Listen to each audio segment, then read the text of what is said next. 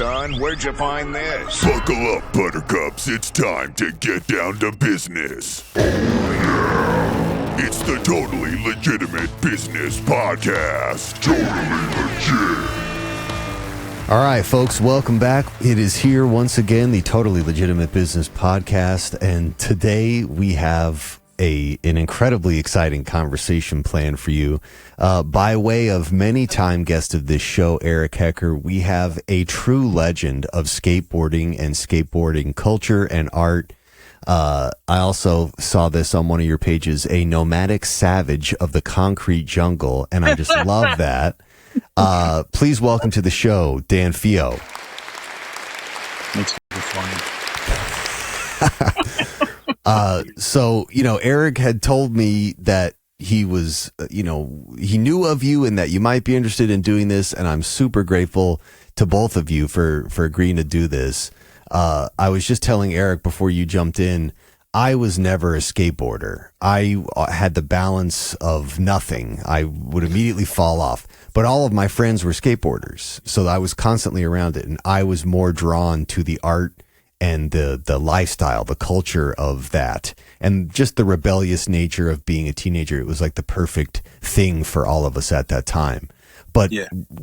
In my mind, there's two epicenters for this stuff: Southern California and New York. And you are kind of embedded in the history of the New York portion of the skateboarding history conversation. And that is truly epic. So can we go all the way back to the way back? Was skateboarding a thing when you were a little kid, or was it a thing that developed as you grew older? When somebody asked me this question the other day, it's like, when did you start skateboarding? And I was like, and everyone jokes about Back to the Future is like their first, got them into skateboarding. But mine was, I think it was Charlie's Angels. I think Stacy Peralta doing like a 360. That was like the 70s, I guess, right? Like 70 early 80s. That was like the first thing I saw in skateboarding. And I had a skateboard at the time. So that was like the first where I started skateboarding. I watched it all progress. I didn't even I didn't even know there was tricks other than 360s and kick turns up until I was maybe 13, so I've been skateboarding since 7. So it was like, it's kind of weird, but yes, I watched it progress as it got bigger and bigger. Is that what you're asking? Yeah, kinda. And I'm kind of interested if you could talk a little bit. Another thing Eric and I were talking about briefly before you jumped on is, I'm a music person, audio person. And for me, I have like snapshots of epic music scenes in cities in different times, like 90s LA, 70s New York.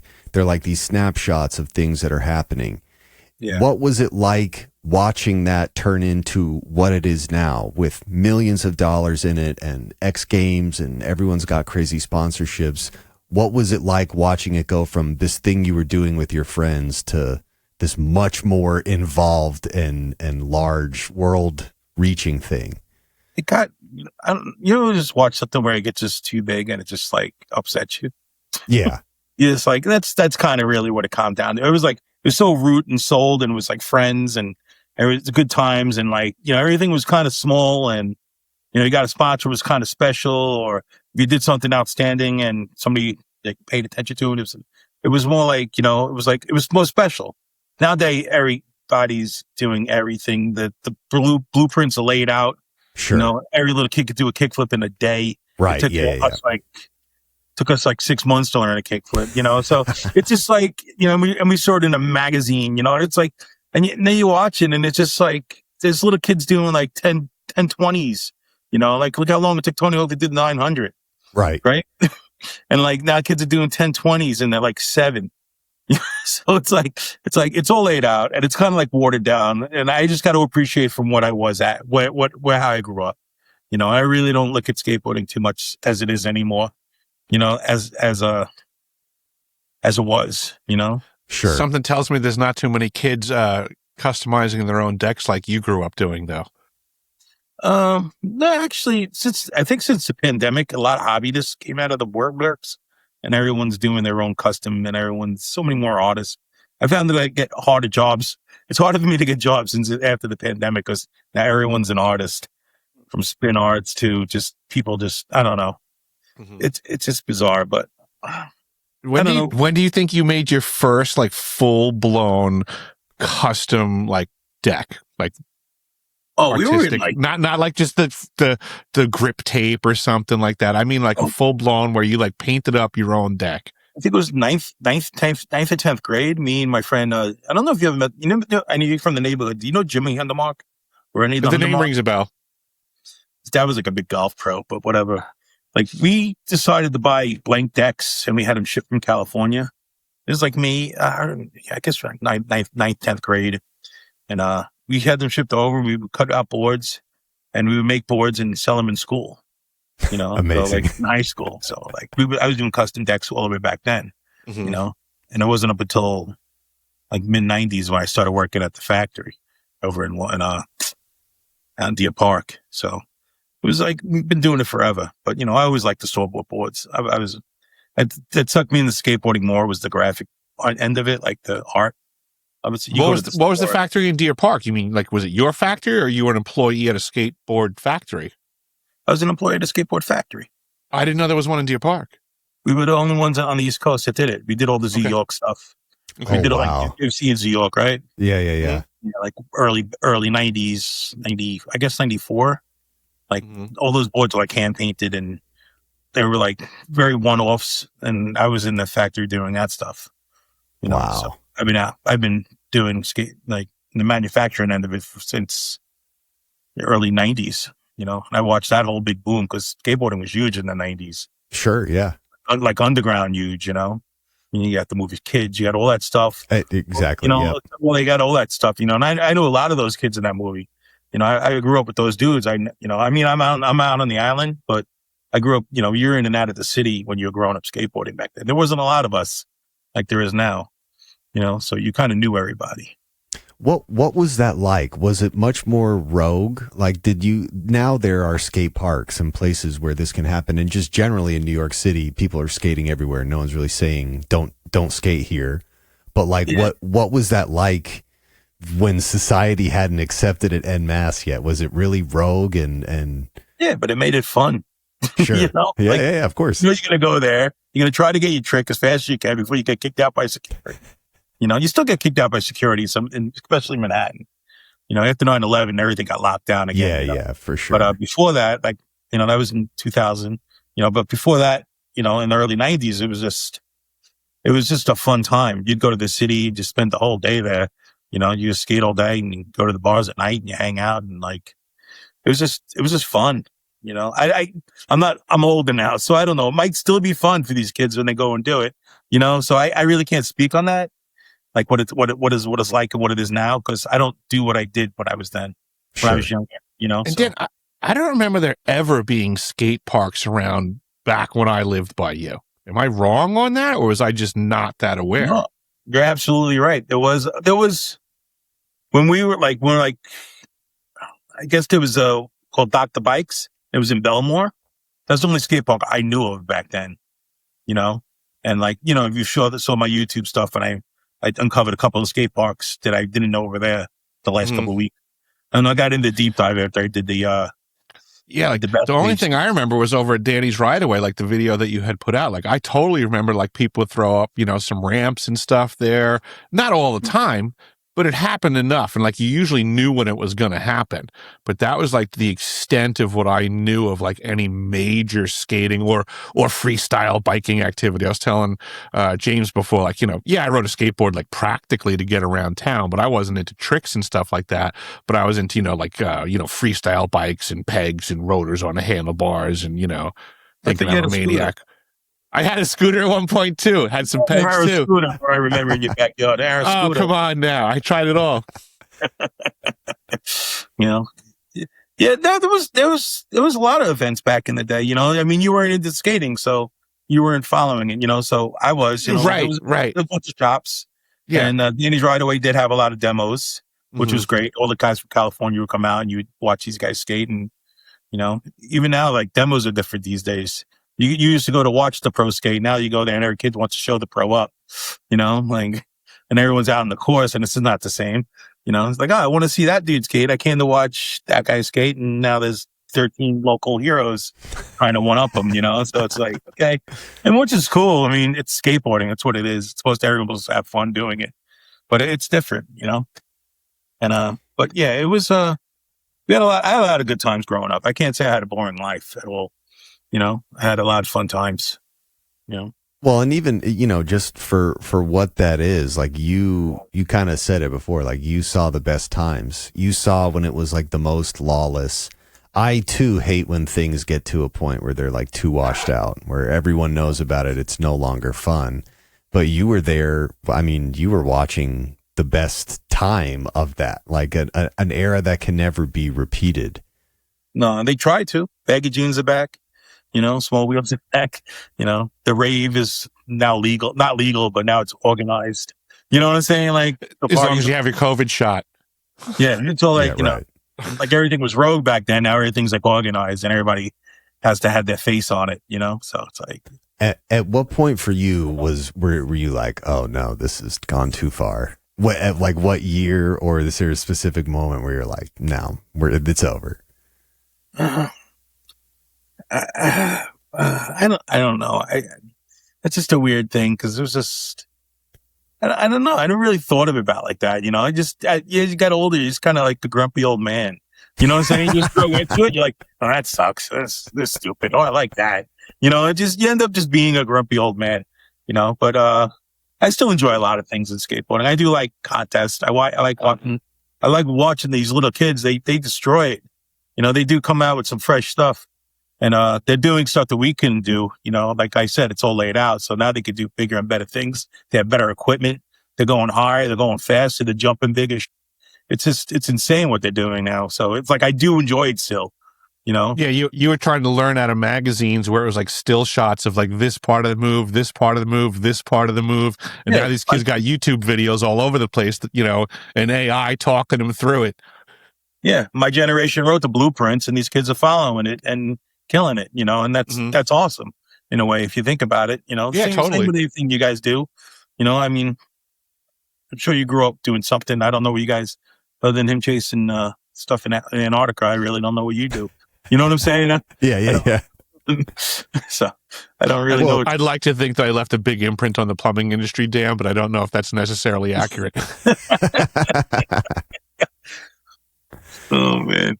But so at what point, this is like a fun hobby for you, and then you start getting more drawn to the art portion. At what point is there like a specific board where you're like, oh, now I'm doing this. It is about the art. It was, what was weird? I've never, I can't say I never because I have, but growing up in the 90s, it was just like, it really was who you knew. So I never really did like a big pro board, or I never worked for a big company. I always worked for these smaller companies throughout the East Coast and everything. So, but I did do my friend Frank's board, my friend Frankie's board, and he became a bigger pro. When I worked at the factory, he was on the team that I worked for, right? And then he left and he went to a team that was run by Lance Mountain. I'm sure you heard that name before. Yep. He left from a nobody team in the East Coast that nobody knew about. We made boards. Nobody looked at us like we were actually a skateboard team for some reason. So he left us and he went and skated for companies in California. And when he went to Lance's company, he didn't have a pro board. He had one for us, but then he went there. It kind of was like weird. Like he went from pro for us to amateur in California. Sure. Yeah. You know what I'm saying? And then he didn't have a board for years for that. And it wasn't until he was like maybe 27, 28 where he actually got a board on Anti-Hero, and now he's like a big pro, or like now he's a big personality.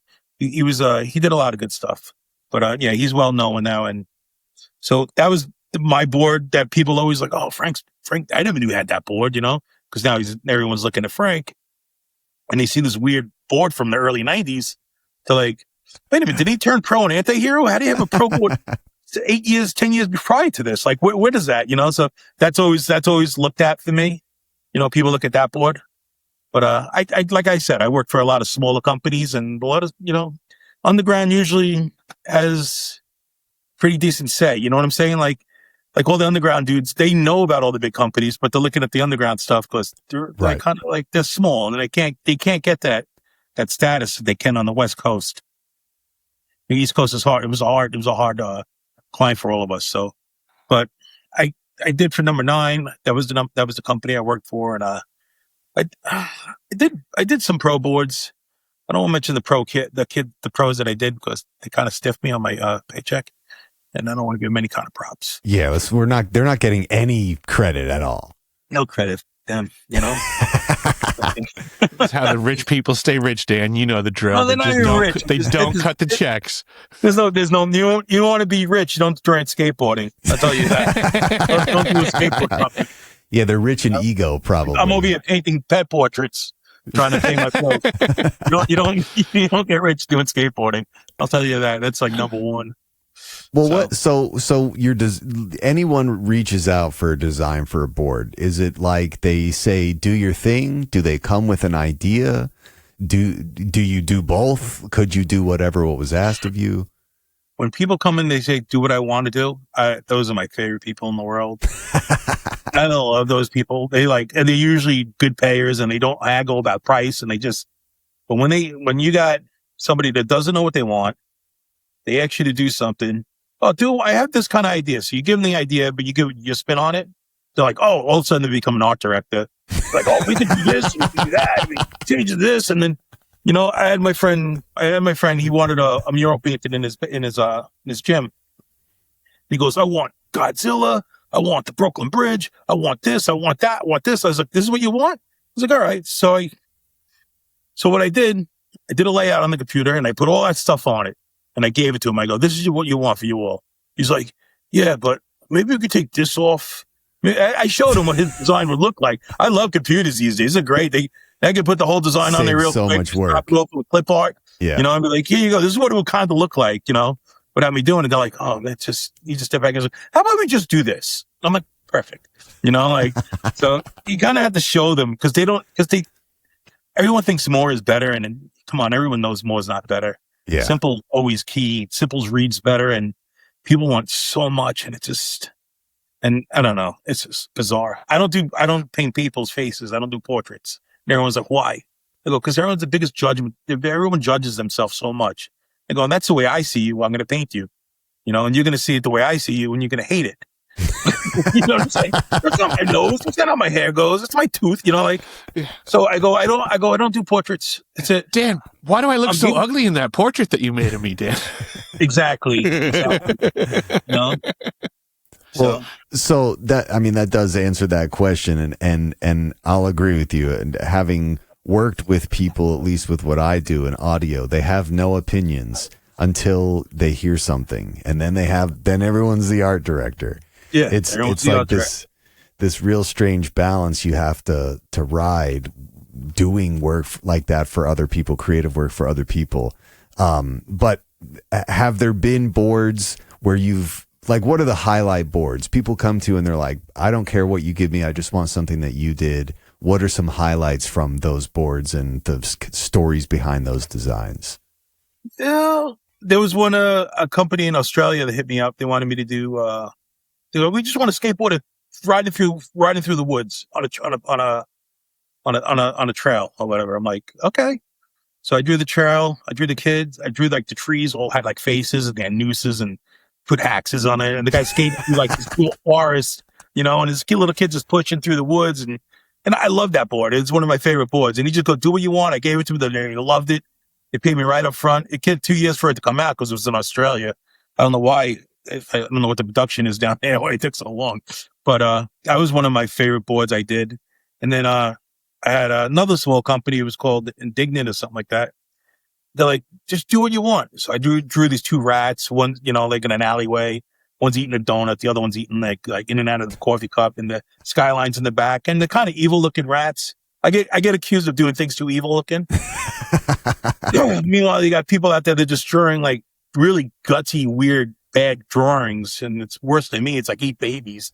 I don't write that. I don't do that stuff. They just look kind of evil, Yeah. So unsettling. They're cute and evil. No, people do unsettling. I just do creepy, weird, evil stuff, and it's not dark.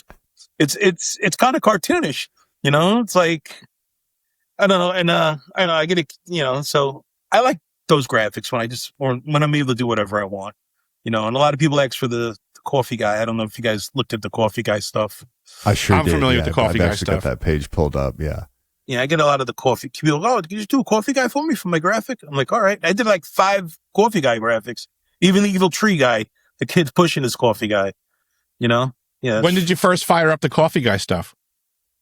Well, the Coffee Guy stuff started when I was designing Halloween costumes. Speaking of medieval and things I do. Amazing. Perfect. They hired me, I don't know how I got that job. I didn't even know how to use a computer at that point. I taught myself 3 weeks before I went to the job. So whatever, Coffee Guy stuff, the job was just very odd. They're like, yeah, I got to be here at 8:00 and, and you leave at 5. I'm like, okay. So I'd show up at 8:00. No one was there, and I'd wake up at 6, so I wake up at 6 and sit there and draw, as I drinking my coffee, I would draw the Coffee Guy. And that's when Instagram, I think, first came out. And I started posting it on Instagram. I mean, it wasn't supposed to be anything. It was just a doodle. There were like 2 or 3 of them. And I was like, Monday, I need another coffee, or Tuesday, I'd write Monday, Tuesday, and Wednesday on it, and I did like 2 or 3 of them just for like a week, just because I just doodle. And the next week, everyone's like, dude, what's the Coffee Guy? Like, what's the Coffee Guy? I didn't even know. I didn't name it. They named it. The people on Instagram named it. I'm like, the Coffee Guy. And I didn't realize that I kept drawing this guy with the cup of coffee. He's standing behind me. It was a huge cup of coffee and a little guy, so. And I was like, they called the Coffee Guy. So I just did it for 365 days. I was like, I'm going to do this guy for a full year. So I did it for the year. And then the next year. And then the next year. So I did it for 3 years in a row every day, this thing. And I was like, oh, it's like a kind of comic. But I still didn't build up any momentum on my Instagram. It's like 4,000. I mean, I've been doing this since 2017. Wow. And I got 4,000 followers.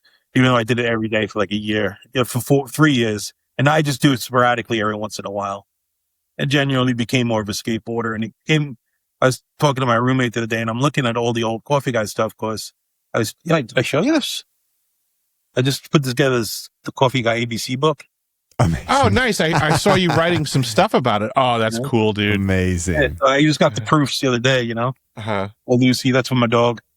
Nice. So I was going through all of this stuff, and I'm like, Pete, this is kind of like a weird diary. It's kind of like a weird diary if you really look at the stuff. It's very odd. It's like, it's like when Roddy Piper died. You know what I'm saying? It's like gum. It's just the bagpipes laying on the floor. Rest in peace. It's just like weird. It's like day by day diary of everything that I did. Because it was just daily thoughts, and I never thought of that, and I never planned it to be that. But as I was looking at all this stuff, and I'm like, all right, it's kind of weird. That's what it is. Yeah. It is. Like a snapshot of where your brain was at the time. At that moment, at that 8:00 in the morning hour, so, I mean, I went through 3 dogs in it. You know what I'm saying? You'd see which day that my dog died. Or when I'm going out for a walk with the dogs. It was very, very odd. I'm like, wow, this is when Lucy, here's Allie, here's Jake. I'm like, poof.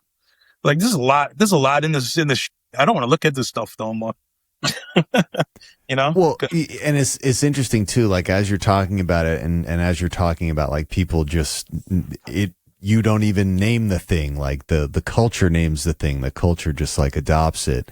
I feel like especially with skateboarding and the art and culture around that subgroup, that's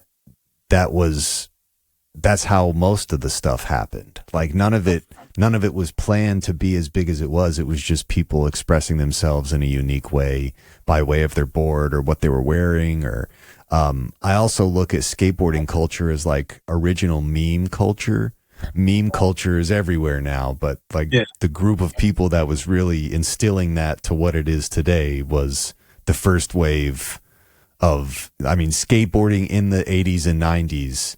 In my opinion, is responsible for meme culture. Like how an idea just goes from some random person's post and it takes on a life of its own and becomes its thing that it wasn't necessarily intended to be. You know what?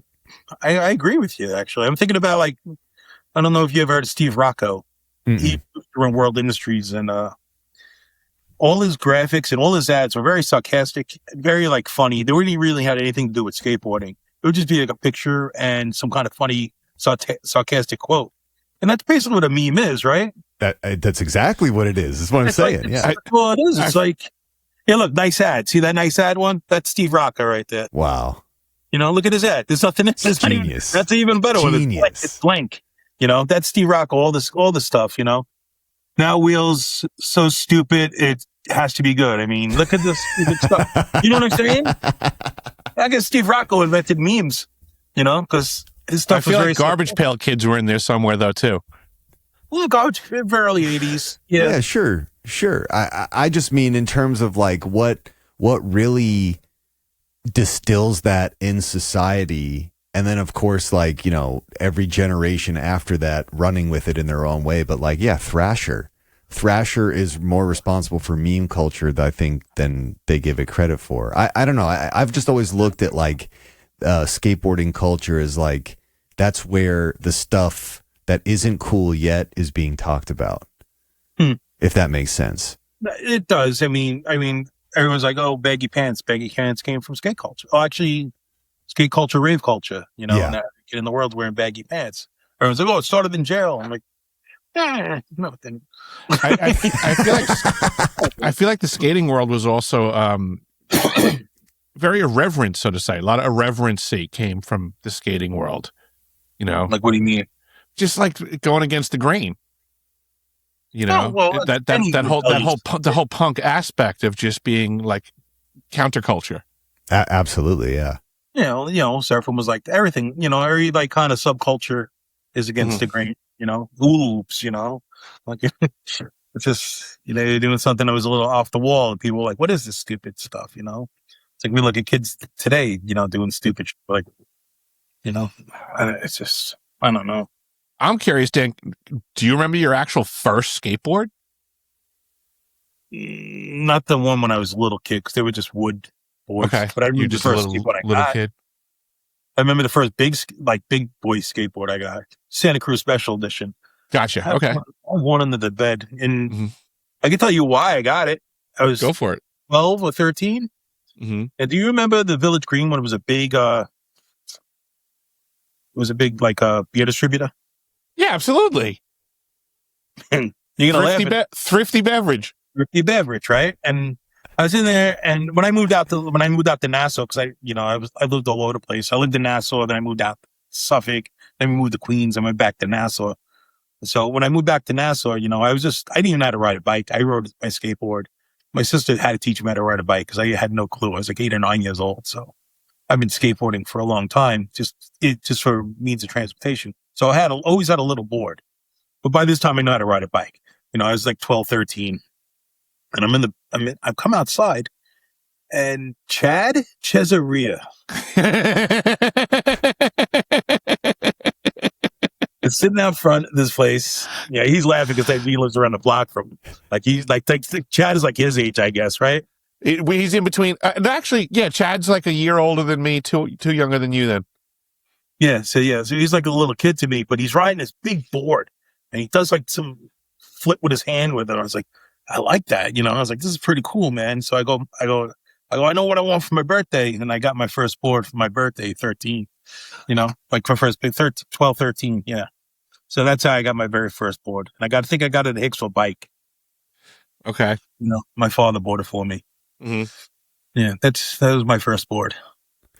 So you're also like a collector. You might as well have the skateboard museum at this point. I was watching one video where you were kind of like they were handing you boards and you were just like telling stories about the boards. Like, at what point did you start collecting it and being like, no, I'm keeping all of this. All of it's staying. Oh man, there was one. Like I said, when I was working at the factory, there was one point we just had stacks of boards, you know, and all these New York boards, all this stuff. All this stuff's highly collectible now. You know, I sold a New York board about last year for like $1,600. Yeah, oh, for sure. Like, I didn't even get it. I bought it. That's a whole nother story. We won't even talk about it. But I had stacks of boards when I grew up. You know, people would skate and just leave their boards in my house, because my house was kind of like the epicenter, I guess, for everyone coming to hang out. And they would leave their boards or just give me their boards. And so I had tons of these boards. And the one day, me and Frankie, we just got really high, and we were just throwing them in the throw them in the fire. If anyone, I want this video so bad. I cannot find the video because it's on videotape.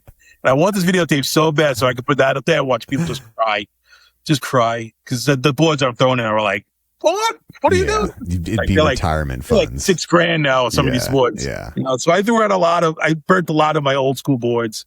And, but a lot of that's just accumulation. I never started to be a collector. I don't go out and hunt things down. If I see them and I like them, I'll probably try to pick it up. But I never hunted anything down.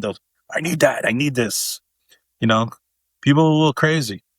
But all the stuff I just accumulated over the years, that's why I guess that the episode you watched was Board Hoarders. Yep. So it's basically more what I guess I am.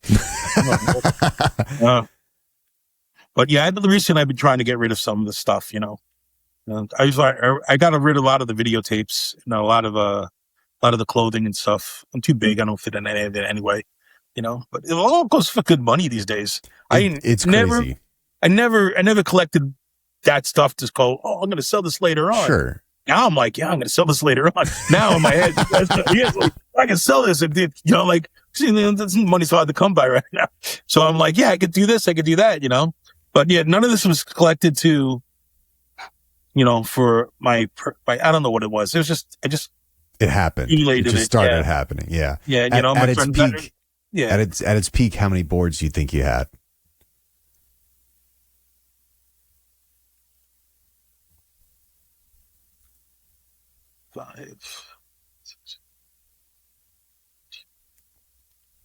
15. There's 15 boxes. Each box, at least 10 boards.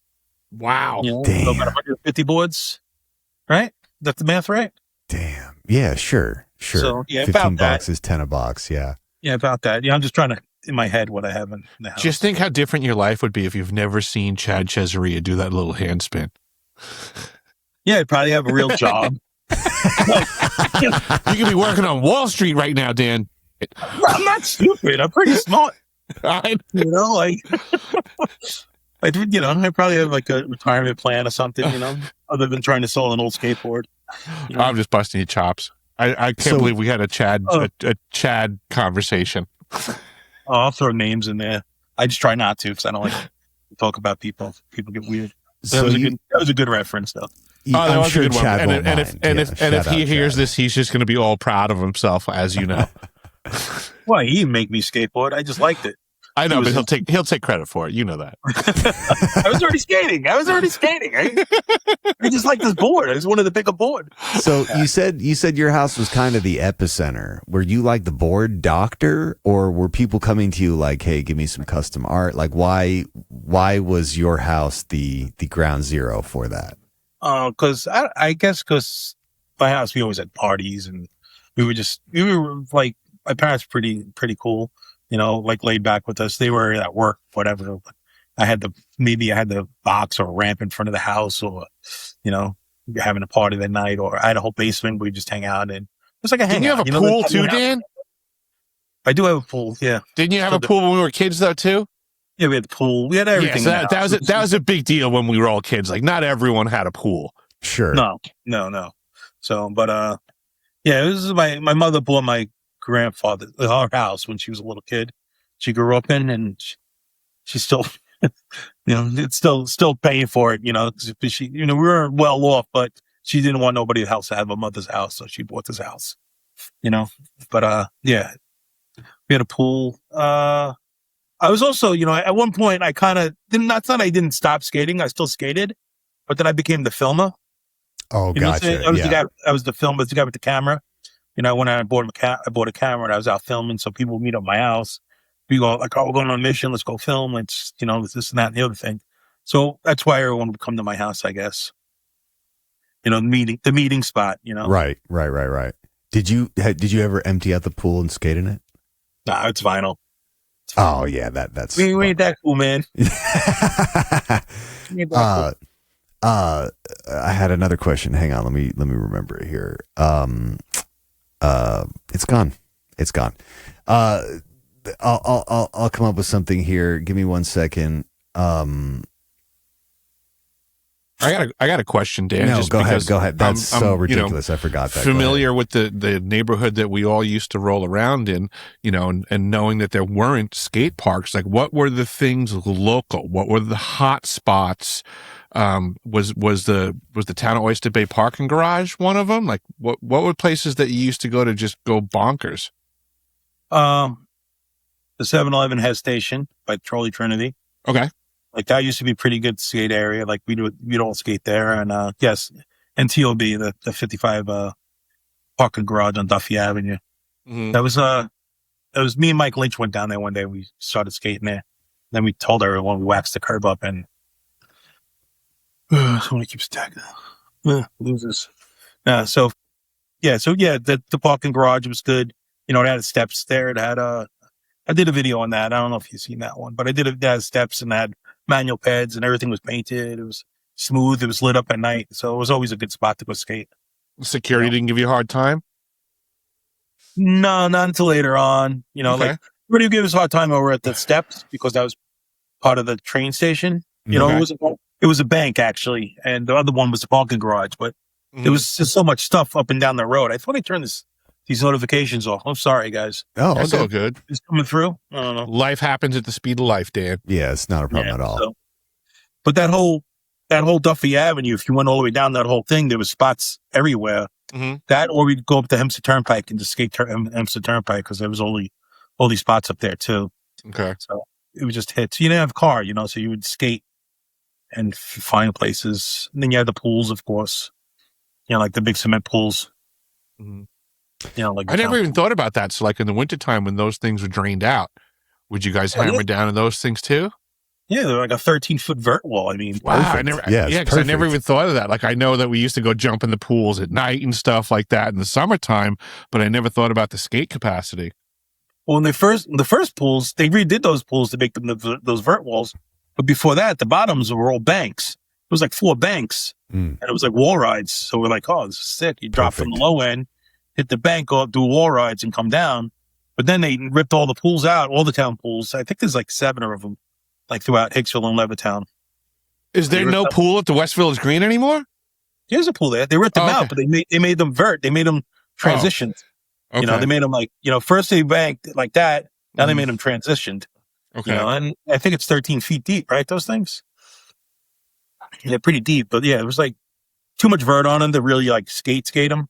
Mm-hmm. There was a couple of people I know that done flyouts out of it, which is amazing because it's like 3 feet of vert. That's a lot of vert to get up. It's a straight up wall.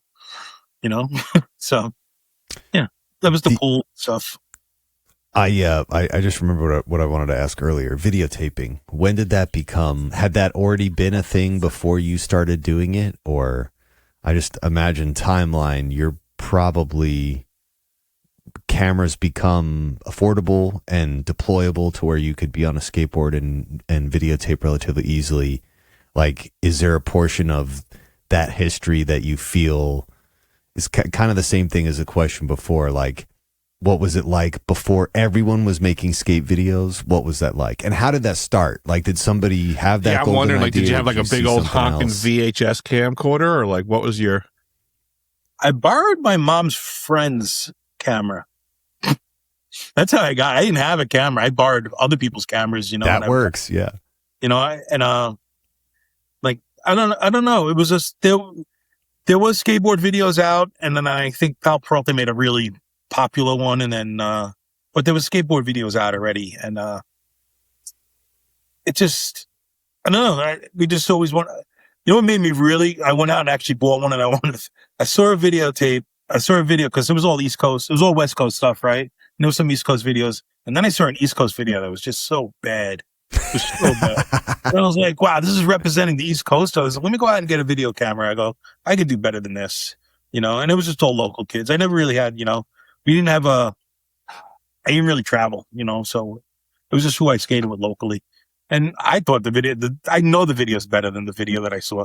But yeah, I just wanted to do something that was better than what I saw. That's really why I picked up a camera, And then were you like, for a while, were you like the guy? No, I wasn't the guy. I'm not even considered a skateboard filmer. Nobody even recognizes me as that. It's weird, right? I probably filmed more than everyone else, but Yeah, without I was question, never recognized yeah. as the skateboard filmer. I was just the guy with a camera. But I think they call me Dad Cam, I think. But it wasn't bad. I know how to edit. I mean, they do it. You see my videos I do. You know, I've done everything on my YouTube channel. I do myself. Yeah. So even the skating, I film it all. So, but yeah, I was never the guy. You know, I just put everyone together to go do our missions, to go skating. You know, well, none of us really were trying to be that. Yeah. Where we're trying to be pros. We just wanted to go skate and have a good time, and we filmed my friends. You know, and other than Frankie always wanted to be a pro, and he did it. You know, and we have some really good pros that I grew up with that. You know, I don't think they were trying to be pros. It just ended up being that. Because Long Island has some of the top stylish pros that came out of it.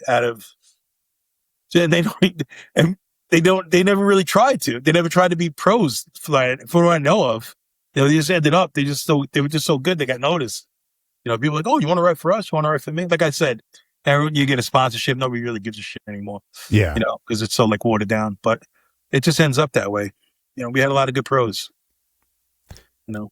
Do I hear you ripping a tech deck on the table? No. Is that a pencil? Oh my gosh. I was hoping you were doing the mini skateboard thing. Yeah, there you go. There's another thing that's just too much. All right. That's one of the things I don't own. Tech decks. You know. I had a skate shop and then, you know, a board would cost about $160, you know, like $160, $200 a complete, you know. A tech deck, like they gotten so advanced, it costs about the same amount of money. That is insane. Little fingerboards, like that is insane. I swear the truck's like $80, and like it's nuts. I mean, you can go to the Toys R Us. They're not even Toys R Us anymore, right? I heard they're coming back. Tell you the truth, I heard that too. You can go to like some kind of toy store and buy tech decks. They're still cheap, but there's like boards out there that like the trucks move and there's bearings in the wheels, and these kids have tournaments. Dude, I went to a contest 2 years ago in Long Beach. My friend's like, hey, you want to share a table with us? Like the vending wise, you know? So I brought my boards and he had his boards there. And as we're sitting there, we're on the Long Beach boardwalk. Like, you know, like, yeah, like, you know where the new part is? Like the new part of Long Beach where they redid it all? It's nice over there. It's really nice. So we're on this boardwalk. I'm like, oh, this is a sick spot, you know? Beach right here, skate park behind us. We're up a level. We can watch the whole thing. All of a sudden, they start setting these tables up in front of us. And I'm like, I mean, they give us maybe like that much room. Like, I swear to God, like maybe a 4-foot room so they could walk by our table. And I'm like, what's going on? They're like, oh, it's a fingerboard contest. I go, fingerboard contest? I was like, I looked at my friend and like, you made me come here for a fingerboard contest? There was a skateboard contest going on behind us, but they had a fingerboard contest. So they set up all these tables and all these kids brought little miniature skate parks that they modeled. And so they can ride their tech decks. I'm like, okay, whatever. That's what it is. But there was this one kid that all thugged out, yo, man, what's up, bro? They're like coming up and he's like, I had to make it today, man. He goes, my hand's all swollen though, and I don't know if I could skate today. I go, what do you mean? He's like, oh man, I can't go. Look at that course over there. He points to one of the table. Everyone's worried about my hurt ankles and knees. This guy's worried about his hand was swollen. His pinky's all jammed up. I was like, are you serious? I mean, and these kids are serious, and it's an amazing thing to me. They're really, really into it. It's honestly, it's crazy. Like I see people legitimately doing tricks, and it's like, yeah, what is I love what? It. I'm not knocking it. That's what they're into. That's awesome. But it's really a bizarre thing to me. It's not skateboarding. It's something totally different. There's another subculture. Yeah. Oh, completely. Yeah, completely. Because none of those kids ever touch the skateboard other than their fingerboards. You know? But they're like, I've seen some of like the really elaborate, like they literally build skate parks. Some people will even make it out of concrete. Yeah, and they make that concrete. They like, it's like, honestly, I feel like they should go into making miniatures or something. Like it's less about the tech deck and more about the accuracy of this scaled down the architecture. Park. Yeah, it's very crazy. Yeah, they should do miniature. It's so bizarre. They're probably going to design great skate parks in the future, like full size real ones. I see they do. People build like like lower scale things of old school skate parks and stuff. They do it. It's already been done, and I seen on the streets, like randomly, like out, like I've been in Brooklyn and I'll look over and like the slab of cement, you'll see like somebody built a little quarter pipe or a flat wall, like this big, like really? Like they built like, maybe they like, I don't know what that is. Like it's a DIY, and then they're building it on the corner of their house or something. I don't know what they're doing. So they go outside and play with their skateboard, their fingerboards. It's so like, it's such a different thing for me in my head when I see those things. I'm like, I just don't, I get it and I don't get it. I don't know. It's very meta. And it's like, I guess in New York, at least, there isn't room to do a lot of stuff. So you might as well take your hobby for skateboarding and make it miniature, because you can do that. Or a mouse can do that, I don't know. I just think they don't know how to skateboard and they want to be part of something. Sure. A lot of people, Well, and that whole thing is just funny because it's like, again, it's like that is a meme of skateboarding culture. It's like, how do we we love this thing. How do we make it miniature? Like you can buy miniature stickers to put on the ramps that are like actual existing skateboard. It's crazy. The level of detail is really, really impressive. Pre-cut grip tape and like little slab of grip tape. It looks like a little Band-Aid. It's like so bizarre. And let me say one thing though. I'm not saying all kids that fingerboard don't know how to skateboard. I know some really good kids that are really good at skateboarding that can fingerboard. There's my little disclaimer there before people start yelling at me. I'm curious, Dan, with all the dogs that you've had in your skating history, have you ever trained one of your dogs to ride a skateboard? You know what? It's usually a bulldog. I try to train usually bulldogs do it. It's usually, if you ever seen it, right? It's always a bulldog or some kind of small little dog. I've seen some pits. Yeah, you ever see that pit on the one wheel? Yeah. Everything he stops. Man, that dude's sick, man. Yeah. But I tried to teach Allie how to ride a board, and she kind of almost got it, but she was just my board up bad. I'm like, no, it's all right. What about, did you ever just have the dogs pulling you on the board while they're on the leash? I'm a big guy. I don't want to torture my dogs. Put my fat ass on the road. No. Allie was a big enough dog. She did it. I wasn't as big as I am now when I had Allie. But Allie would love, because she'd love to run that dog. Mm-hmm. So we bring it somewhere. And also, I didn't like my dogs running on concrete. I don't know why people let dogs do that. Sure. But every once in a while, I just let her run because she liked it. Yeah. So no, I don't torture my dogs by pulling me around.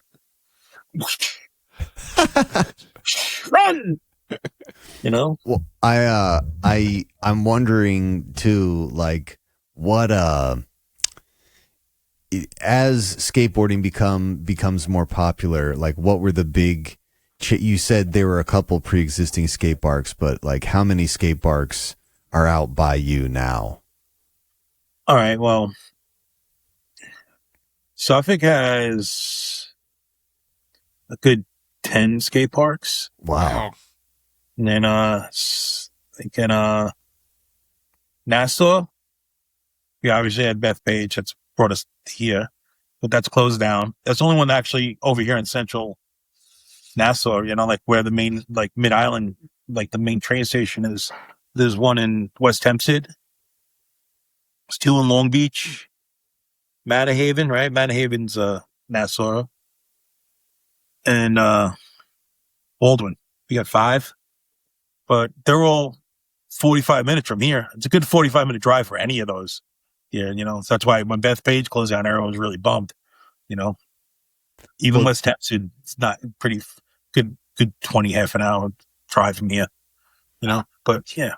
This might be the perfect way to kind of unpack that too. So one of the first things that Eric sent me was a video you made about the Bethpage Skate Park and like the crumbling of that situation. So can you kind of just summarize watching that play out, and we can kind of talk a little bit about just the general history of that? And I guess I'm curious, like when was that one even built?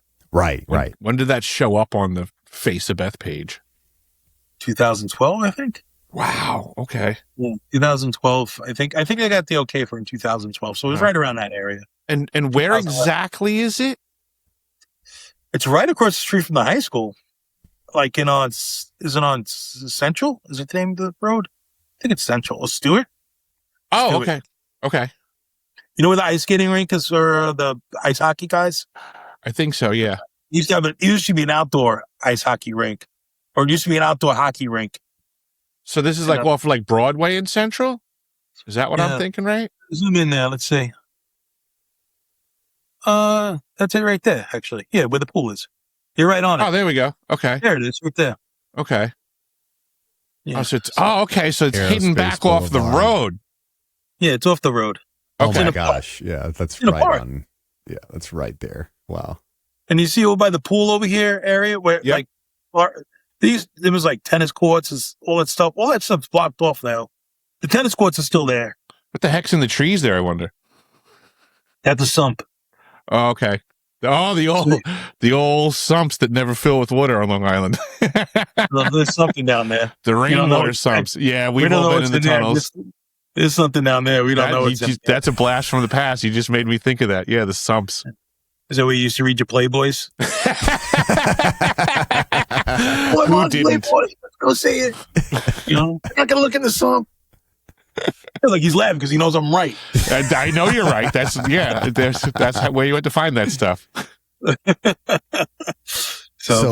This was like a cherished park, not only because of its proximity, but just because it had been around since 2012, and then in the past couple years, because of cherished. We were actually kind of bummed because I went to the meetings to get the thing built. You know, my friend Jimmy was like trying to petition for a pump track and for a BMX track. Where if you looked at that map, you see like the empty spot. Actually, where they found all the drums of the baseball field right behind the sump. Like right next to the sump at the skate park, there's another empty lot you look at. He was trying to get that petition to be right where you have the cursor on. Yeah, he was trying to get that petition to be a pump track for BMX and the other part to be a skate park because it was all empty. But you know, obviously, they knew it was a wasteland, so they didn't build anything on that. They built the skate park. They already knew everything was for sure. And they gave it to the lowest bidder. And when we got the skate park, there's like, this is not, we didn't want this. We really wanted the street plaza. And we went to the meetings, and it was funny. I went to the meetings. Everyone else was over at the skate shop, looking at watching demos. So it was like 5 of us at this meeting. And we designed like a street plaza, you know, like kind of like you wouldn't, even if you skateboard, you could hang out there, right? You know, just like ledges and benches and little banks here and there. But then they gave it to this hippie kid. I don't know, this kid. I met this kid. He was from California, and he's like, "Yeah, man, I gave you guys a ditch because you guys don't have ditches around here, man. Like California, like what are you talking about? First off, we have ditches. We don't want to skate them. We're like skateboarders, you know." I mean, their original plans, there was a full pipe there, and like there's not a vert skater in this island. Yeah, you know, they had all this stuff. Yeah, it was ridiculous. So we designed it the way we should, you know, because I know the skateboarders would like it.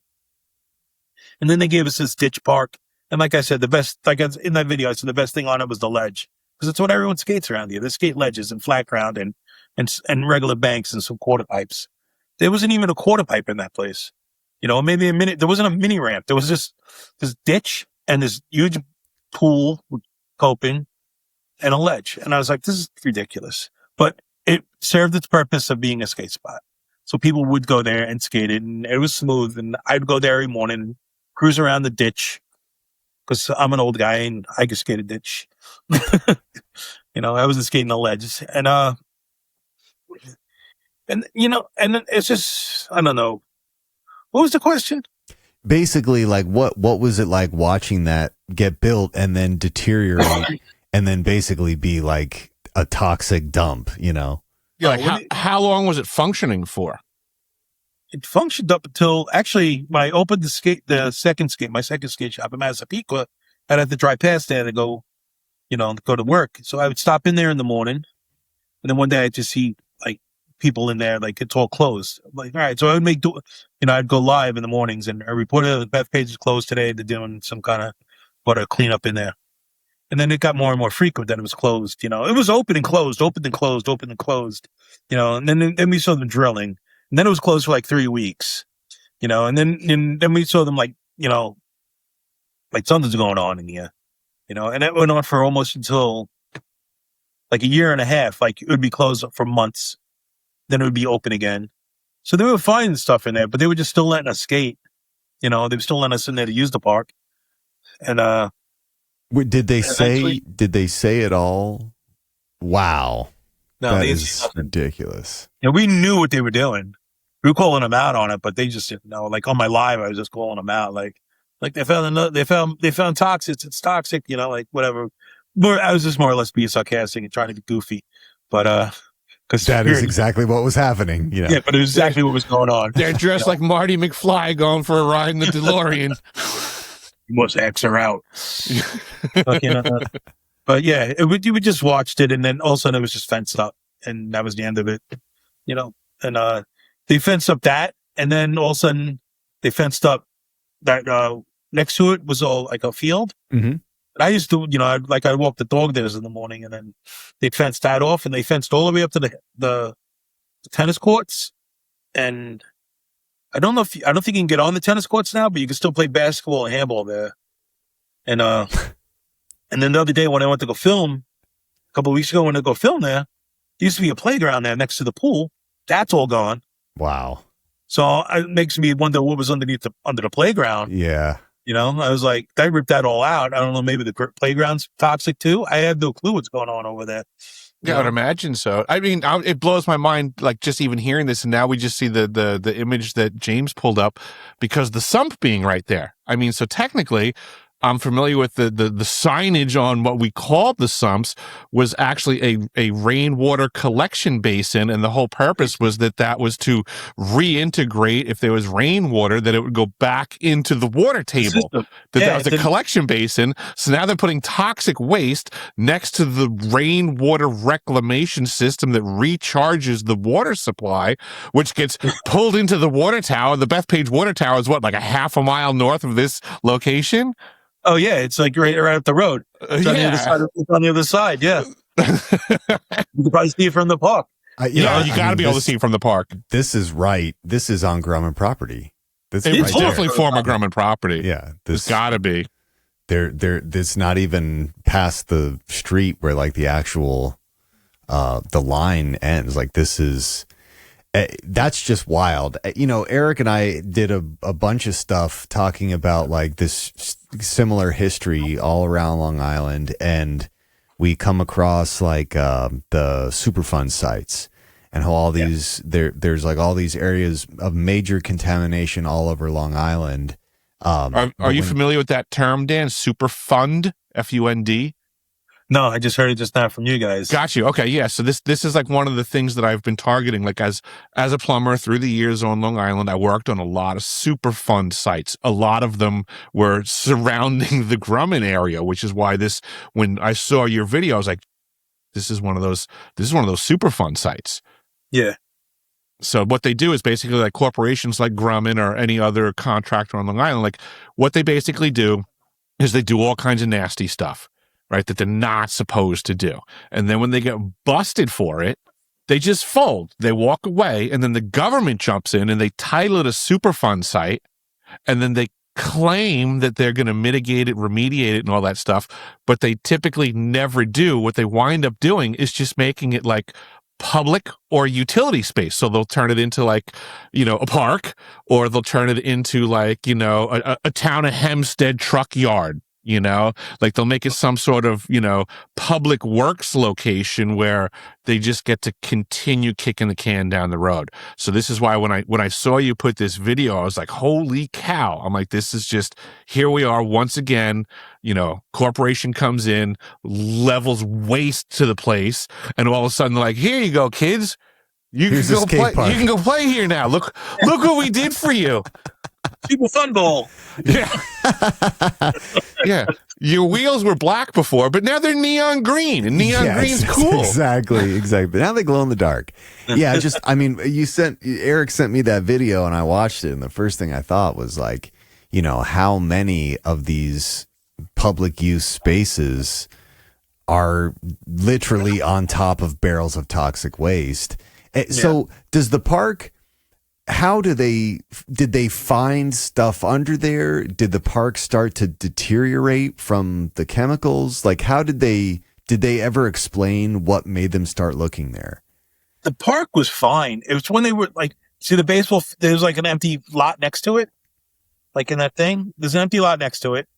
And I think they, cause they need to clean the place up. So I guess they started digging there. See where they're, you had the cursor right on it. That lot right there. They started digging in there and they found like big blocks of cement. So they pulled these blocks of cement out, and inside the cement, they broke them open. There's 55-gallon drums in them. The drums were in the cement. Yeah, they cemented the drums and then closed them and they buried them. Wow. But at that time, that was acceptable. Like at the time, the scientists were like, no, it's fine. We'll just take these barrels and we'll put them in concrete and then bury them in shallow graves just a little bit away from this chemical site. And I forgot what they said. They found like 22 of them. Yeah, it was a ridiculous number. So yeah, and that's basically really what happened. That's basically what they dug up. They dug up all these barrels and, did they ever say, like, I guess my question is, were they just going to redevelop this lot, and in the process of redeveloping it, they found these cement encased barrels, or did they find out that there were barrels there and then they went to go digging and they're like, yep, there are definitely toxic waste barrels here? I couldn't tell you. I really don't know why they started digging, Yeah, it is just interesting. And honestly, I mean, I'd be willing to entertain both. They were going to do something with that lot and then they discover them. But I also wouldn't be surprised if, they go through more of Grumman records and they found an X on a map where they had dumped some chemicals, because that's like, Eric and I looked into this. We went really deep down the rabbit hole, and there's spots all over Long Island where they find these concrete encased chemical barrels.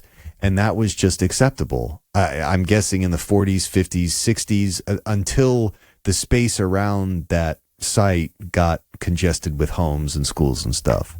But that was just like a standard practice. They just put them in barrels, case them in concrete, and bury them in the backyard. Well, the funny thing about even that lot that you showed, like in the skate park, there's all these big stadium lights, right? And they're facing that lot of land. So I'm guessing that used to be a baseball field. Oh my God. There you go. You know what I'm saying? Because you see by this little group of trees in between it, you'll see like a big light at the very corner of the skate park.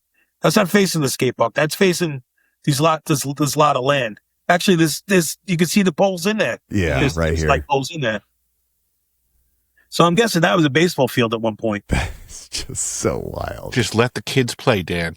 I Just guess. let them play, man.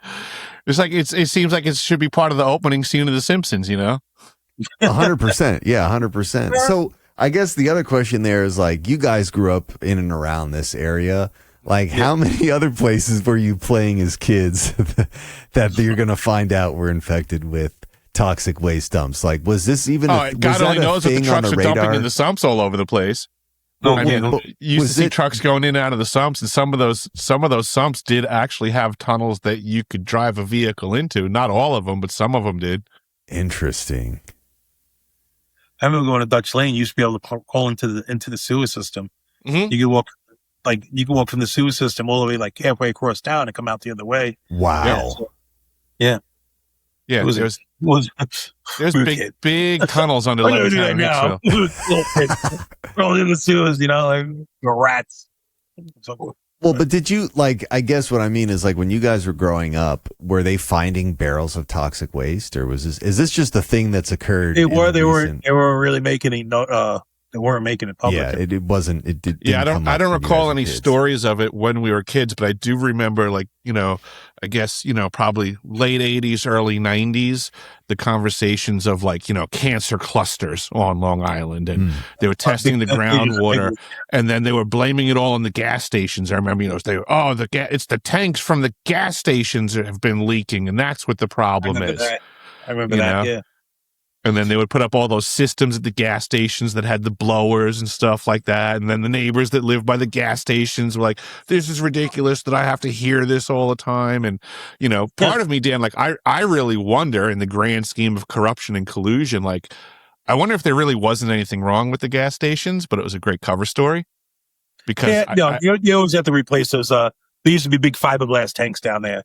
And but it just it makes me wonder that the stuff that they're finding, like in the skate park and around Grumman, I will bet you that what they were finding over there was A, way more toxic, and B, because of the programs for which they were manufacturing these things to produce, were way more classified. So they couldn't admit to the activity, right? So I don't know. You know over where Caniac Rock Road is in Caniac Park? Yes. Okay. So that was a Superfund site that I became familiar with. Now that over there they have like there's a township yard for, I think, town of Oyster Bay over there, and there's like a post office and stuff like that. Clara Rose is over there, right? Right. Over that. So I don't know if you know this, but back in the day, that whole area of what Salisbury, Westbury was all was a cancer cluster. But what they found out was that back in the day, during the World War II time period, even unbeknownst to the employees working there, what they were building were nuclear fuel rods. But right? Yeah, right. Doesn't surprise you, right? They were building nuclear fuel rods there. The employees didn't even know that they were dying building this stuff. Nobody knew that they were making the whole area toxic. And then it became one of these Superfund sites where they cover it up for decades. And then eventually they're just like, well, we'll put a firehouse in. We'll put in, a bunch of, You just made me just really think about all my friends' fathers that worked for Grumman are all dead. Right, of course. Yeah, I didn't even thought of it. You just like put that, you just connected it together. Right, yeah, because the projects they were working on, Dan, were super, super, super secret. They're building all these planes and stuff for the Navy, the Air Force. Space stuff. And granted, it might sound kooky to you, but like, this modern level of technology, the stuff that a lot of people call UFOs now, I'm doing research that just simply says, no, it's man-made stuff that's been around for a really long time that's super, super secret. And if these things were, nuclear propelled planes in the 1960s, well, who's building them? What's the location? What's the toxic fallout for the location they were constructed? And lo and behold, like, this is the research James and I are doing, is that these are the types of facilities where these things occurred at. Yeah. And I mean, I guess that's my other question is like, what level of awareness when you guys were kids did you have of like the scale? Because, everyone worked there. Everyone's family member worked there. It was just a factory. This was the neighborhood we grew up in. Like, what level of awareness did anyone have about like the scale of stuff happening, like literally in your own backyard? I'll see zero. Yeah, zero. Yeah. As a kid, thought they were building fighter jets for the Navy. You thought it was cool, like, there's an airport over there. You can watch the jets land, and Mm-hmm. So that's all that in your head as your little kid. Yeah, as a kid, I didn't think anything nefarious. I just thought it was like gung ho, like Sorry, stepped over you. No, it's all good. You want to fight? No, I'm just kidding. But maybe the parents knew, but the kids definitely didn't. We never really heard anything heard about it until they closed, and everyone's like, "Oh, the place is freaking toxic," like toxic dump, because they just built over on New South Road. There was an empty lot there, and it was empty for years. They just recently built a big warehouse there, and it's empty. It's completely empty. They built this gorgeous warehouse on this lot that's been empty for almost 30 years. Is that the big white building? Yeah, right next to the train tracks, right where the tracks is. You got to be kidding me. I was just going over this with James the other day. I did a Google, one of these Google Earth things, Dan. So straight up, when you walk and you put the little yellow guy down, and I was just pointing this out to James the other day. I said, dude, I was walking up the road here and the building right shows up. Yeah, right. But when you go to turn the corner, the building disappears. Oh, really? It pulls it right off of existence. Look, now it's gone. Oh, wow. There you go. That was the lot. That's what was empty. Right. So why do they not let you see that it's there right now? Isn't that a bit weird? It's completely empty, and then it has those that has those security cameras in there that talk to you when you walk past it. Wow. You'll be a videotape. Because I was going in there, I was trying to learn because I kind of stopped skateboarding for a little bit, and I was trying to learn how to push again. So I needed an empty parking lot where nobody would bother me. And that was it. There's not a soul in that place at all. Dan, what do you think's under it? Yeah, that track. What do you think is under it? I actually, you know what? I don't think anything's under it. I was watching the building. They ain't go down. Okay. They didn't go down. They just built this big warehouse. I think it was supposed to be probably like an Amazon or something like that. They built a couple of those things over here. You ever see the mattress warehouse right across from Grumman? Yeah. Yeah, that one right there. So that one's got a ripping amount of cameras on it. And if you look on the south side of the building and the east side of the building, the parking lot, the big well, there's that big parking lot there. But on the so that's the I'm sorry, that is the south side of the building. I'm sorry, on the north side of the building and the west side of the building is all delivery bay doors for trucks. But if you notice, the fence line's too close for them to actually pull trucks in. Yeah, look at that. Yeah. You know, so that building was being constructed when I was still back on Long Island, and I was paying a lot of attention. Go to the front parking lot. Yeah, and go zoom down. Yep, I noticed this when I was driving the cab. Go in the parking lot. Well, I don't think you can actually pull into this thing. I don't know. No, I don't think it'll let you in the parking lot. It'll just keep you on the side. There's big cellar doors in the middle of the park. We noticed. Yes, open. Dude, I brought James there for a video to show that. Yeah, you can see them right here in the zoom over the top. Yeah, the big hatches. Yeah, those big hatches. Okay, Dan, when that was being built, I was watching them do tunneling from the mattress place to Grumman across the street. Wow. And when they were doing this mattress facility, they did years of underground work before they ever put the building up. And then if you go there to this day, okay, there's a ridiculous amount of security cameras around the perimeter of a mattress warehouse that has the guard booth, and in this parking lot over here. So, dude, back in the day when this first got built, like I'm sure you remember, my dad worked for Lilco back in the day, right? Yeah. So right over on the side here, there's a generator, but there used to be, okay, the biggest natural gas meter I had ever seen in my life was mounted on the side of that building. And I drove my dad there, who used to be in charge of the gas customer service of all Long Island. And I was like, Dad, take a look at that meter. And he looked at that. He goes, I've never seen a meter that big. And that was his job, to know that stuff. He goes, unless they plan on burning all of the mattresses in that facility in an hour, he goes, there's no reason. He goes, there's got to be something under there. In an hour. Yeah. Yeah, he said there was more gas going into that building than he had ever seen in his entire career. It was off the wall. So this mattress facility is super shady, and it was a former Superfund site.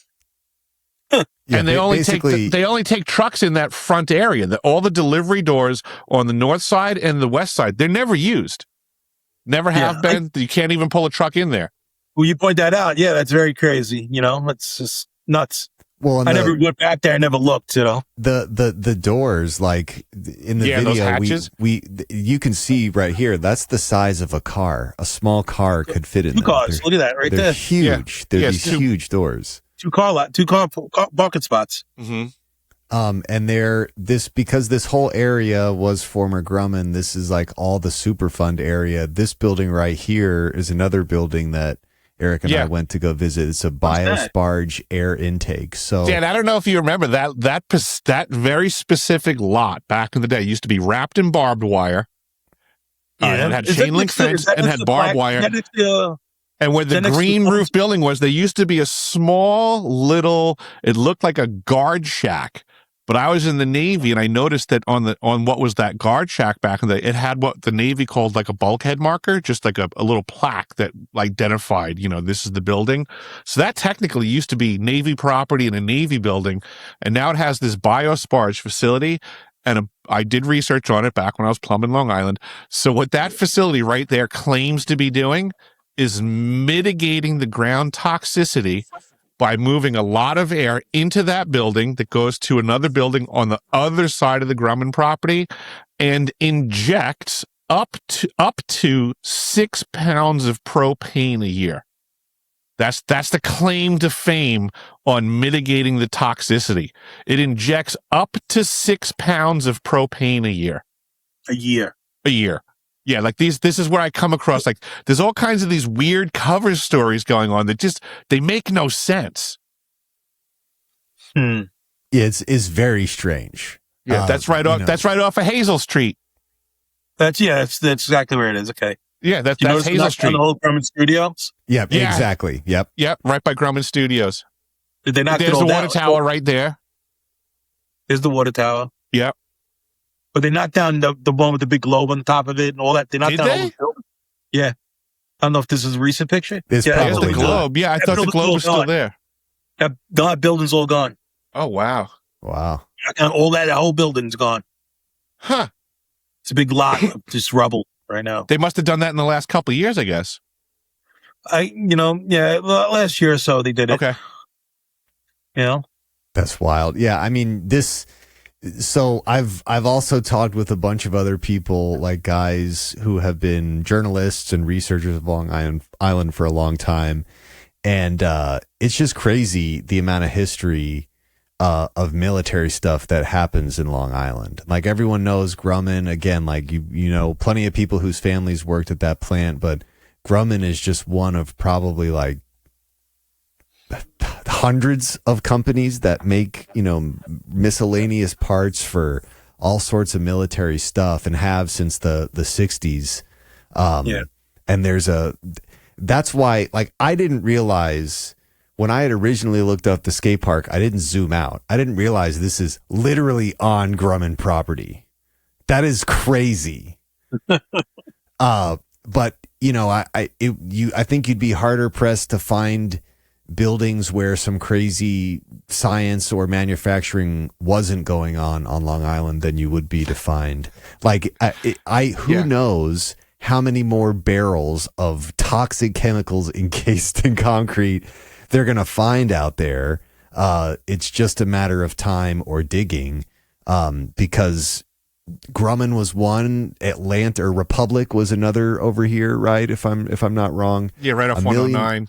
A million different aerospace companies all doing similar kinds of stuff and generating toxic waste and just burying it in their backyard. And I wonder, you know, how many skate parks are actually just cover for a toxic waste dump? Well, they're always built next to a train station or a train track or there's one built in Long Beach right next to a sewage refinery. They'll never give a skate park in the middle of Eisenhower Park. You don't see that. Yeah. They steal the daisies. You're not going to see a skate park in the middle of that. You're next to a garbage dump somewhere. Dan, what would you say is the flagship skate park on Long Island? Like, if you could skate like you could skate back in the day, what would be the park that you would want to go skate at? I've never been there, and it's all the way out in Montauk. Oh, sick. Montauk Park looks really, really fun. Okay. You know? I would love to be there. I'd love to have that park closer to me. Fair enough. We have Baldwin's pretty decent park at the DIY. You know, basically the kids just bring their own stuff there. It's an old tennis court, actually. So the ground's like that clay. There you go, that blue park. Montauk looks sick. Yeah. Yeah, the Montauk park looks sick, right? That looks so is Montauk cool. Like right next to the Sage radar system on Camp Hero and like zapping kids and stuff? Is it? Oh no, that's down like Hither Hills. Yeah, close. Not totally, but close enough. And the Montauk Park looks fun. Looks super cool. I'd probably still go and skate the snake run there. See the snake run here in the corner? Mm-hmm. I'd probably go cruise around that a little bit. But other than that, I'm really pretty much useless. When's the last time you took a total header? Oh, that was last year. Okay. No, not even last year. This summer. Okay. This summer. I went to Ocean Hill in Brooklyn, and I skated with like Mike Brennan and those guys. I don't know if you know Mike Brennan and those guys. The name rings a bell again. Nick Skolnick, any of those dudes? But whatever. I feel like I know all the names, but I'm terrible with placing names and faces. these are the kids that grew up skateboarding. So we're all in our 50s now. So you're like, oh, let's go Sunday morning. We'll go skate. So I get there and like I said, I was teaching myself how to push again, cause after the skate park, after the skate shop, I kind of really stopped skating. I got so much going on and Sure. and I'm getting bigger and I'm getting older and I get hurt every time I step on my skateboard. So I got to go do it on my own times, So I went to the skate park and they're skating. I have my board with me. I was like, I'm going to skate. So I drop in, and I pump around and I get to the quarter pipe and I was like, and I just do a kick turn and I come down. I was like, I get 50-50 that thing, in my head. I'm like, I can do this. So I was like, and I know I could. I know for a fact I could 50-50 grind this stupid quarter pipe. It's only 4 foot high. It's like, so I drop in again. I cruise up to the quarter pipe. I get up to go do the 50-50. Then I was like, wait, should I do a front rock? Should I do, should I just lock in? Should I stall? 14 different things popped in my head. And I was just like, I just fucking took it. And I went right down like a tank. Damn. Like a bag of bricks. And all these guys, got a 300-pound guy sitting there in the middle of a skate park, big great beard, looking at you. Everyone's like, I was like, I'm okay. And everyone's like, hey, you got right back up. One thing about skateboarding, you learn how to really take the hit. Fair enough. Yeah, it's just in my brain. I think to myself personally, like I like watching that show Ridiculousness. I like watching people wipe out and stuff, and they eat. Then I usually I watch that thinking like that would kill me right now, So it's just like I'm 54 and extremely overweight. Yeah, I went yeah. If you went full Scorpion right now, I'm imagining it's going to take you 15 minutes to get up. Oh, I kind of popped right back up. Okay, good on you, bro. Good on you. I'll take a punch. Come on. That's different. I can take a punch and I'll fist fight anyone on the street at any given time, but like smacking my face, teeth first into the curb just seems different now. Dan said it. Like you've been doing this your whole life. Yeah, you know how to take a hit. It's not the first time you've fought. Fair enough. One of the first things you learn on a skateboard is how to fall. Yeah. And when you're filming people, you got a $5,000 camera in your hand. Yeah, you learn how to fall right. Not scrape the camera up at all. Yeah, exactly. That camera never got hurt. It's like you learn to fall 700 times before you figure out how to do a 720. You just learn how to roll on your back. You know how to fall. You don't want to get hurt.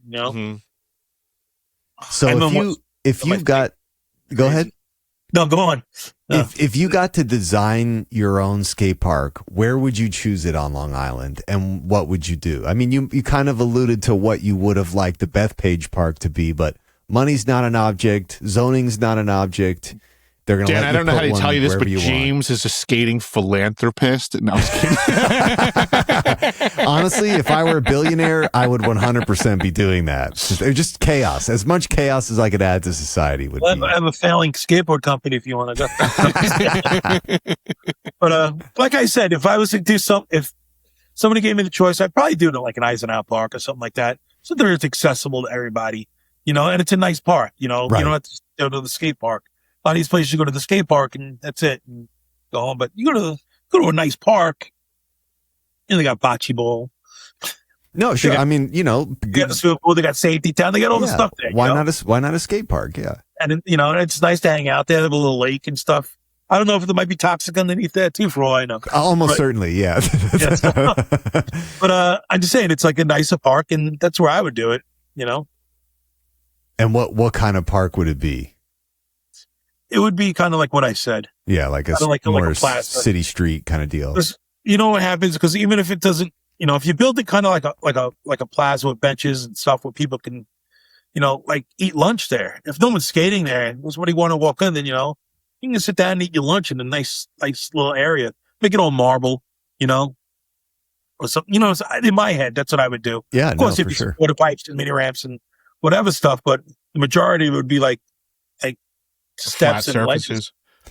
Well, and two, it makes sense because especially in the Northeast, like what you're skating in Southern California is different than what you're skating in New York City or in the Northeast. Give them something here that is more applicable to what they would be skating on elsewhere in the city. It just makes sense. Yeah. And we don't need mega ramps. I don't think skate parks should have mega ramps or anything that's ridiculously out of hand, it could be a section in the park for that, something that's totally ridiculous that people can skate because,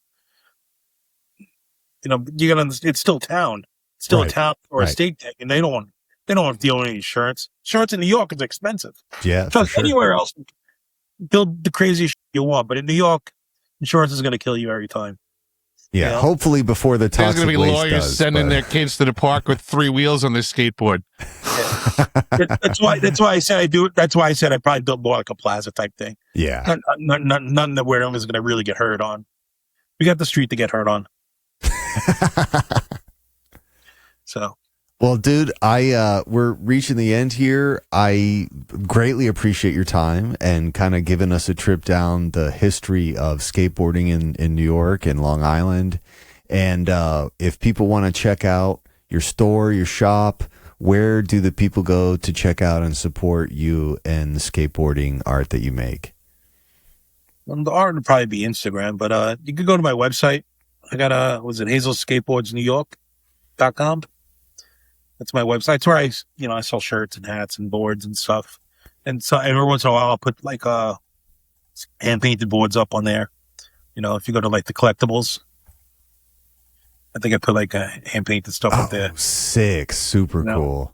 And if you notice, they're all, I do all right when I put them up. If you notice, they're all sold out, most of them. But it is the holiday season, so everybody get your wallets and pocketbooks out. It's like those notices, like those 2 boards. Those are old school boards. Those are collector's items. If I have something I want to throw from my collection, I throw it on there too. Oh, amazing! Yeah. So this is the spot to check out. Yeah, if anyone listening was interested in the art that Dan makes, and then of course is into collecting skateboards, this was probably a site that you'll want to check out. I'm going to have all these links in the description so people can. And Jen, are you still available for mural work? Yeah, if it's not a set. As long as I'm not climbing a building. I understand, but I'm just it's still in your portfolio. And would this be the same avenue that people reach out to you if they were interested in that? Yeah, just DM me. Okay. Just trying to make it ground level. Yeah. I'm not good on ladders anymore, man. I'm just hurting these days. Insurance is expensive, dude. Yeah. Expensive. They want $400 for a filling. My tooth, I was like, ugh. They approved the cap. I got channel locks, Dan. I can rip that sucker right out for you. I did it already. I did it there. I did one already. There you go. Yeah. It's just cheaper. Well, Dan, it was really nice catching up with you. I really appreciate you giving us the time and seriously, and sharing your background. I've always been impressed by your work. I think I can say I've probably been following you for a few years now on the socials and stuff that we've been connected. Yeah. And I just always thought it was really cool that, you were able to, kind of live your dream. I always just respected that. I admired it, and it's cool to be able to do something that you love. Yeah, it's fun. I mean, trust me, I wish it was more lucrative, but I get it. I know you're not a Rockefeller. I'm not a Rockefeller. We came from the same background. But again, I know you've lived your life doing what you've loved doing, which is cool. Yeah, that's what I kind of, that's what I take from my, like I said, I lived a pretty fun life. I said that earlier, So yeah, thank you, man. I appreciate it. I don't know. Thanks. That's all good. That's it. Thank you for giving us your time. Yeah, no, seriously, thank you, and then thank you, Eric, for helping coordinate this. This was super cool. It was not on my radar at all, and I was sucked in from the Bethpage Skate Park video, but then the art made me stick around. Like I was saying, I've watched a bunch of videos of you, including the board hoarders. You might not feel like this, but you are a legend. I know this from being on the outside and looking in, and there is something to what Eric's saying. Like, you were able to live a life that you wanted to live, and that's sick. Thanks. Yeah. Like I said, I don't know what to say to that, but I appreciate it. It's a nice compliment. I did the best I could. I decided just to have fun. Love it.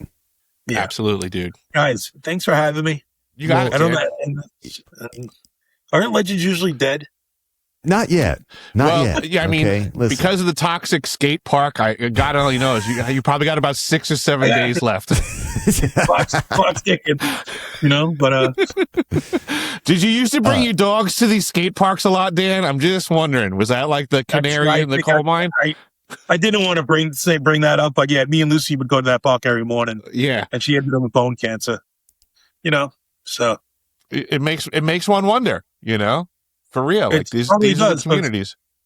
Because she was really good. Like that dog was treated like a queen, and that's the only way she would ever get sick was that. Yeah. It's like she never interact with the dogs. She had one dog friend. She'd go to the park every morning. Like, dog lived a pretty healthy life, and then all of a sudden, out of nowhere, she died young. So. Mm-hmm. Well, this is part of the reason why Eric and I did our videos on Long Island and have gone on so many tirades about it, because this is real stuff. Like, it's real life. Yeah. And they carelessly were polluting the land, but we all pay the price for it. And, that's why I love that you had that video up there, because it's just bringing that to attention of other people who otherwise would not have known about it. And it's the same reason why we did all the stuff that we've done about Long Island, is because it's like, it's very people unfair. raising their freaking families there. Yeah. It's really ridiculous that how they've been handling all of that, going back to when they were dumping the chemicals in the first place. So, yeah. Well, what are you gonna do? We all do the best that we can. We've already been here. I've been here for 55 years. Damage is done, Dan's beard was black until he went to the park. Yeah, right. Exactly. It used to be brown. That's why I started going there. If only we're like The Simpsons, where we could just grow an extra eyeball or something, Yeah. If only that's what would happen. Something useful. I like my 2 eyeballs. Awesome. Right here. Well, Dan, again, thank you very much for your time. And thank you both so much. Keep doing your thing, dude. I love it. Keep crushing it. And for all the listeners at home, this has been the Totally Legitimate Business Podcast. Thank y'all for listening. Support Dan's art. The links are in the description below. And thank you again, Eric, for helping coordinate this. And we'll catch y'all in the next one. This has been the Totally Legitimate Business Podcast. The end. With your host, James Oliva. Executive producers, Clint G and James Oliva. That's obnoxious. Sound design, mix, and master by James Oliva. Literally no one cares. For more Totally Legitimate Business, subscribe to our YouTube channel at Totally Legitimate Business, or add us on TikTok at TLB Pod. When will this end? Thank you for listening. Now get back to work. Move it along, buddy.